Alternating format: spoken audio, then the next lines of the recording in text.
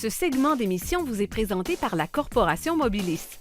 Pour un emploi dans le domaine de l'automobile ou du camion lourd, pensez Corporation Mobilis.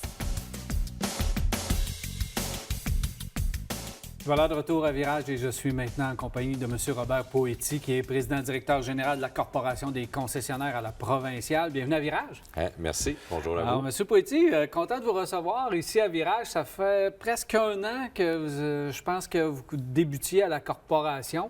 Donc, avant de parler de notre sujet principal, parce qu'on va parler un petit peu des pneus d'hiver et du pictogramme. Il le faut. Et là, je veux parler, ça fait un an, là, comment ça va à la Corporation? Bien, écoutez, l'industrie de l'automobile, c'est un milieu que j'ai toujours apprécié, que j'ai toujours aimé. Beaucoup sur le plan technologique, l'évolution, le lien avec la Sûreté du Québec, où j'étais en charge de la sécurité routière pour l'ensemble du Québec. Alors, ça va bien. C'est une industrie qui suit l'évolution des besoins des consommateurs.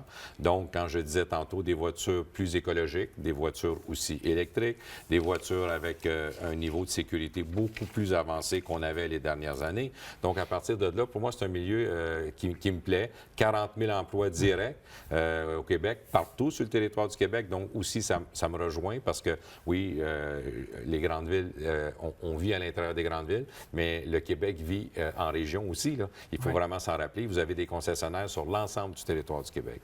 Et j'oserais vous demander, au niveau politique, parce qu'à la Corporation, on vous a engagé, évidemment, un des volets, c'est de se rapprocher un petit peu du politique. Alors, comment ça se met en place? Bien, écoutez, ça se met en place très bien parce qu'effectivement, on a un rôle à jouer avec les concessionnaires, mais aussi en lien avec les lois et règlements qui sont faits au Québec. Et il y a des tribunes, donc je pense aux commissions parlementaires, donc à la commission parlementaire sur l'immigration, parce qu'on a un programme d'immigration pour les concessionnaires, de mécaniciens, de débosseleurs, des gens en esthétique qui viennent travailler au Québec, donc en immigration. Donc, on suit les lois et règlements. Et en commission parlementaire, je suis allé témoigner, plaider sur des besoins que les concessionnaires ont pour assouplir ou aider, évidemment, à l'intégration de gens qui viennent d'autres pays. Et le ministre Simon-Jolin Barret a très bien reçu notre mémoire et d'ailleurs a modifié des choses, a fait des choses très claires dans la loi qui nous facilitent le travail sur le plan de l'immigration. Donc, sur ce volet-là, c'est exact. Je pense au gouvernement fédéral où ils avaient annoncé un incitatif de 5 000 mais pas de date. Alors, vous comprenez que les gens, puis c'est important, le 8 000 du Québec plus le 5 000 du fédéral est très intéressant actuellement. Maintenant, si vous dites qu'il y a 5 000 qui s'en vient, mais je ne vous dis pas quand. Donc, qu'est-ce que ça avait fait? Ça avait cessé les ventes. Personne, moi, je ne prendrai pas possession de mon véhicule électrique. Je vais attendre le 5 000. Bien, effectivement. Donc, on est intervenu directement avec le ministre Garneau et on a fait la conférence de presse à Montréal. Donc, dans les semaines qui ont suivi, il a compris l'impact économique majeur qu'il avait créé sans vraiment vouloir faire ça. Mais cette attente-là était néfaste au niveau de l'économie, mais surtout néfaste pour le citoyen consommateur qui voulait acquérir une auto électrique. Oui, il y a un lien politique. Bon, je le dirais modestement, je le comprends bien parce que j'ai été 7 ans au niveau politique. Donc, oui, c'est un complément à l'ensemble du mandat que j'ai avec les concessionnaires. Très intéressant. Notre sujet principal, les pneus d'hiver, mais en lien particulier avec le pictogramme qu'on retrouve sur les pneus d'hiver. Et là, vous voulez mettre les gens en garde. Oui, complètement, parce que je pense que les gens ont commencé à en entendre un peu parler. Je suis content que vous me permettiez de pouvoir le faire ici.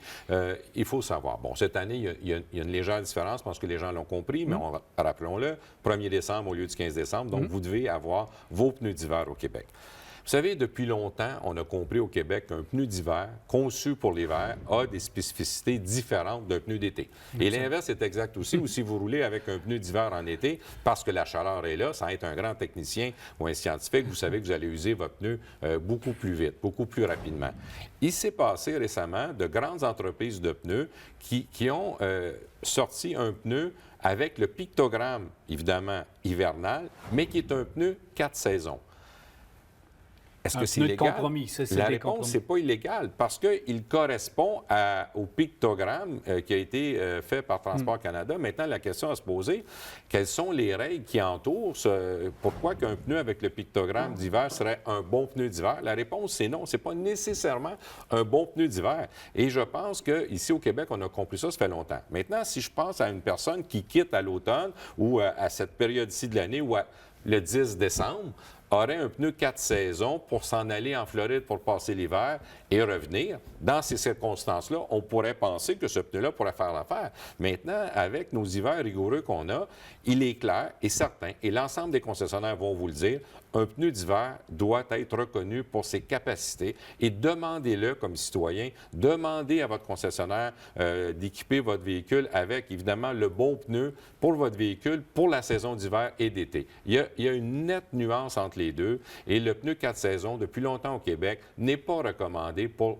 la température qu'on a et la conduite qu'on a. Et même dans les pneus d'hiver, vous avez des pneus qui sont conçus pour où il y a plus de neige et des pneus peut-être pour des milieux urbains où il y a un peu plus de glace. Et ces pneus-là et les constructeurs, en fait, les fournisseurs de pneus sont capables de vous faire la différence entre quel type de conduite vous avez, dans quelle région vous êtes et ça peut amener un type de pneu différent. Mais il faut se rentrer vraiment dans notre esprit qu'un pneu 4 saisons n'est pas ni un pneu d'hiver, ni un pneu d'été. C'est un pneu de compromis. On fait des compromis pour l'hiver, des compromis pour l'été. Donc, évidemment, on pense vouloir sauver des sous parce que quelqu'un qui va acheter un pneu 4 saisons dit bien, j'achète un set de pneus puis je suis correct, je ne fais pas de changement de pneu, etc.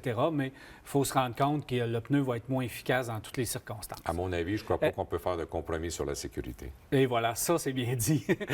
Autre chose, est-ce qu'il y a des compagnies qui pourraient aller jusqu'à mettre le pictogramme sans avoir passé les normes de sécurité? Donc, de le mettre de façon...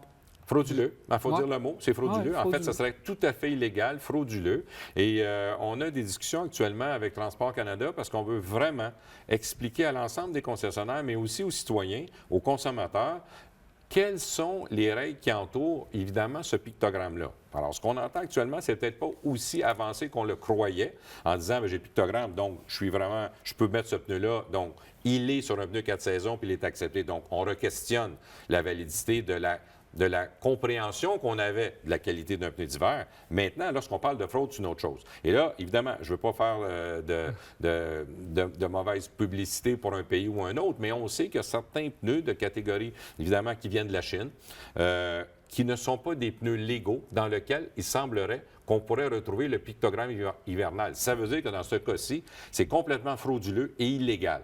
Alors, à partir de là, bien évidemment, je pense que tous les gens, autant du milieu policier que sur le milieu de l'autorisation du pictogramme, il y a des vérifications qui doivent être faites. Écoutez, vous savez, là, comment se fait-il que vous allez payer un pneu et vous allez comparer avec un autre, on a peut-être 10 15 de différence, ou on va vous inclure l'installation ou pas, et l'autre, vous avez 100 de différence? Posez-vous la question. Des occasions comme celle-là pour un pneu où il y a une si grande différence. Trop beau pour être vrai. Vous savez, des miracles, il n'y en a pas. Et quand vous achetez de la qualité, oui, il y a un prix qui vient avec la qualité, mais il y a aussi un prix qui vient avec la sécurité. Et alors, soyez très prudents lorsque vous achetez un pneu d'un endroit qui n'est pas autorisé nécessairement, qui est dans un concessionnaire, il va y avoir des gens pour vous conseiller sur le type de pneu. Puis si vous l'achetez ailleurs, bien, il faut s'assurer de cette qualité-là et soyez prudents. Chez un concessionnaire, vous n'aurez pas cette problématique-là. Merci beaucoup, M. Poitiers. Toujours un plaisir de vous recevoir. Ça fait plaisir, merci. Alors voilà, M. Robert Poitiers, qui est président-directeur général de la Corporation provinciale des concessionnaires. Jean Guiroy suit pour des conseils mécaniques. On revient à